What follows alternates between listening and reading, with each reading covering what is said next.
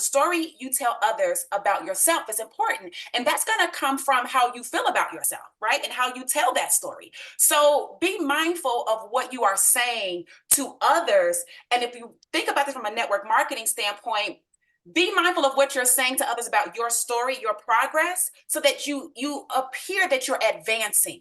It doesn't mean that the only advancement is through a financial advancement. It could be through like what Ben is saying, right? Leveraging the products. There has to be an advancement.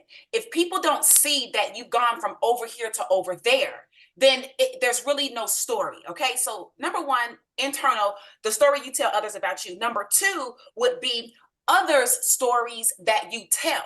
That's something Dr. Erin just did. She told Sal's story. She told Sal's story.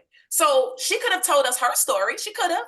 But in this case, she told the story of someone else to make her point, because now it's off of her. So people are listening because they're listening to Dr. Erin share about someone else, which means she could still bring her point home, leveraging someone else. So be aware and listen to other people's stories. And I just encourage you to write them down sometimes, not like a whole verbatim, but write the gist of the story, because then you can pull it out of your toolbox when you need it, okay, if you need it. And then the last internal piece would be the story you tell yourself.